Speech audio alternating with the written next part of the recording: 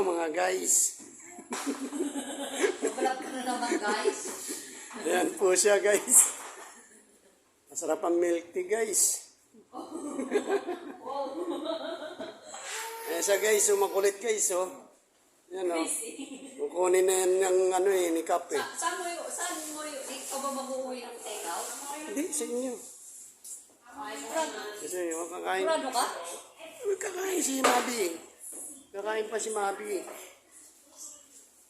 Kakain pa si Mabi tot eh. Kayo, ulam nyo sa ano? Meron ako nakalaan doon na ano. Hindi nakakain yan. Meron pa akong pipituin sana ng ano eh. Manok din eh. Nga guys oh. Sarap yan.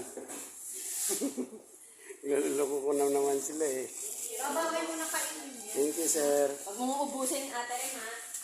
Ito sa... Oh. Oh.